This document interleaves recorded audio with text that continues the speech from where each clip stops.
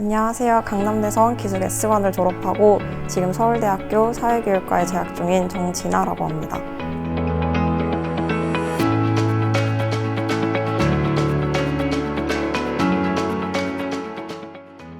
처음에 합격증 받았을 때는 너무 얼떨떨해가지고 실감이 잘 안 났었는데 부모님한테 보여드리니까 너무 좋아하셔가지고 그때서야 이제 입시 다 끝났다라는 안도감이 많이 들었던 것 같아요. 수능 끝나고 나왔을 때 국어를 어떻게 쳤는지 기억도 안 날 정도로 너무 정신없이 쳐가지고 채점하기 전까지 너무 무서웠는데 막상 채점하고 나니까 생각보다 괜찮다, 이 정도면 됐다라는 생각이 들어서 되게 많이 울었던 기억이 나요. 저는 조금 특이하게 대학 합격 전화를 받고 나서 재수를 결심을 했는데요. 작년 고3 현역 때 정시를 주전형으로 생각하고 준비를 했는데 수능에서 2211 5등급을 받았습니다. 지구과학 5등급이 미련이 남을 것 같아서 재수를 하고 싶다는 생각은 있었는데 수능을 다시 쳐야 된다는 생각이 너무 막막하기도 했고, 그리고 시간이 부족해서 수능을 준비를 다 못하는 게 아닌데 시간만 1년 더 얻는 게 과연 의미가 있을까라는 생각 때문에 되게 고민을 많이 했던 것 같아요. 그래서 정시 지원까지 다 하고 대학 합격 전화를 받았었는데 막상 대학 합격 전화를 받았는데 기쁘지가 않고 좀 씁쓸하다는 생각이 들어서 이런 기분으로 입시를 마치는 건 좀 아닌 것 같다, 재수를 해야겠다라고 생각하게 됐습니다. 대성의 빅데이터가 엄청 장점이 된다고 생각합니다. 선생님들께서 매년 수험생들을 되게 많이 만나시기 때문에 이러한 상황에서 어떤 걸 해야 하는지, 이런 고민이 있을 때는 뭐가 필요한 건지 상황에 맞춰서 되게 전곡을 찌르는 조언들을 많이 해주셨어요. 이게 학습적인 측면에서도 그렇고 멘탈 관리하는 측면에서도 그렇고 도움이 많이 됐습니다.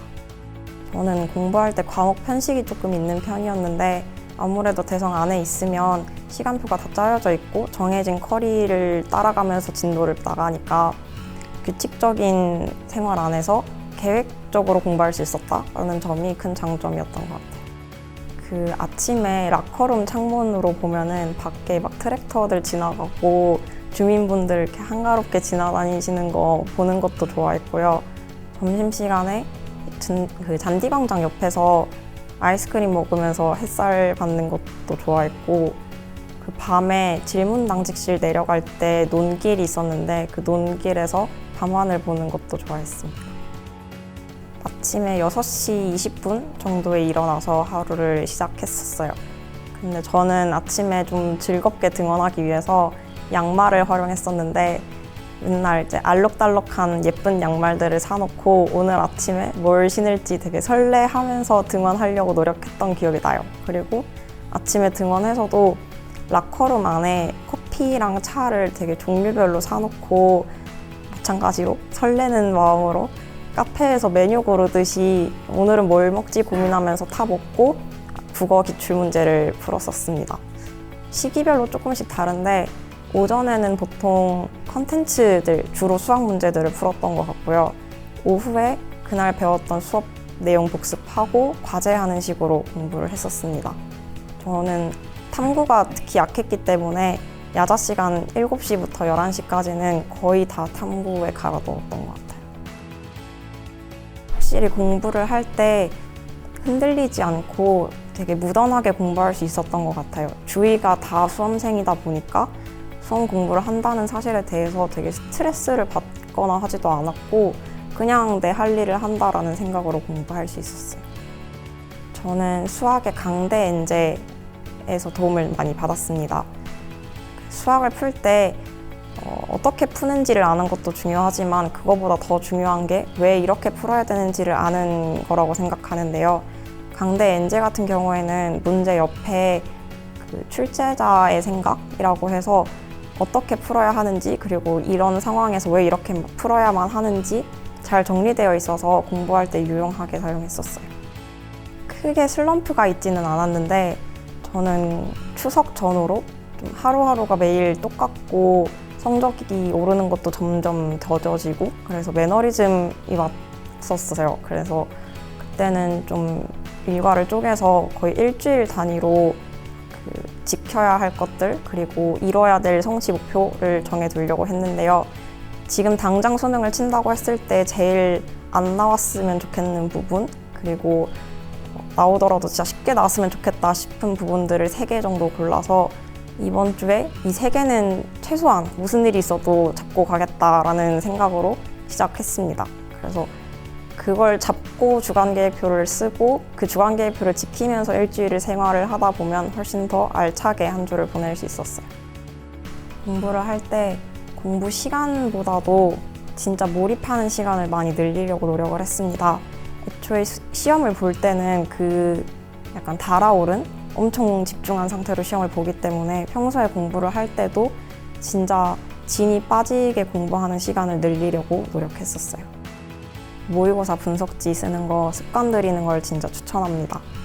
저도 처음에는 이걸 이렇게까지 열심히 써야 할까라는 생각이 조금 있었었는데 시간이 지나니까 점점 효율성 있게 빨리빨리 쓰는 법도 알게 되고 그리고 주기적으로 내 공부 상태를 점검할 수 있는 되게 좋은 도구였던 것 같아요.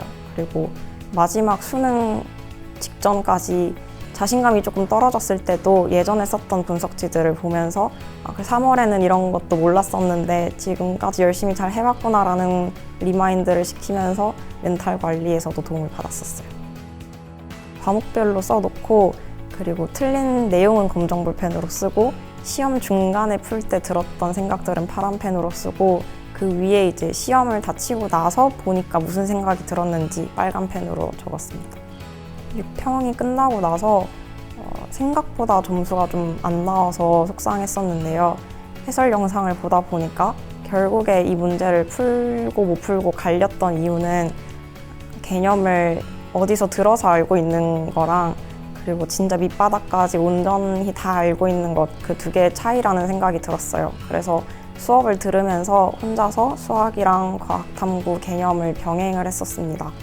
이제 앞으로 점점 문제풀이에 치중된 공부를 할 텐데 그 전에 한번 잡고 가야겠다는 생각이었어요. 기숙학원에 있었다 보니까 시간의 측면에서는 어떤 수험생보다 제일 많이 공부할 수 있다는 생각이 있어서 초조하거나 이렇게 따로 관리해야겠다는 생각은 안 했고 애초에 공부할 시간이 넉넉하게 확보가 돼 있으니까 내가 공부할 만한 것들을 진짜 다 공부를 하자라는 생각이었어요. 재수를 시작하기 전에 재수를 할지 말지 선택할 때도 그랬고 무슨 과목을 선택해야 될지도 고민할 때도 그랬고 내가 하는 선택이 정답이 아닐까 봐 엄청 고민하고 힘들어했던 기억이 있는데요. 재수를 하면서 겪어보니까 선택 그 자체에 정답이 있는 게 아니고 선택한 다음에 행동에 정답이 있다는 생각을 많이 했어요. 그래서 그건 지금 대학 생활을 하면서도 많이 되새기려고 하고 있습니다. 저는 좀 즐겁게 공부를 하기 위해서 문제랑 티키타카 한다는 생각을 많이 했는데요.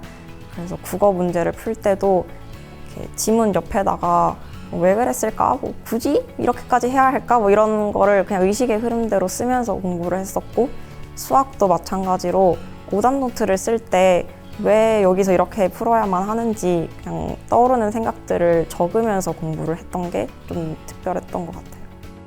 저는 하반기에 시험 직전에 볼 노트랑 그리고 혹시 모른다라는 혹시나 노트가 있었는데요.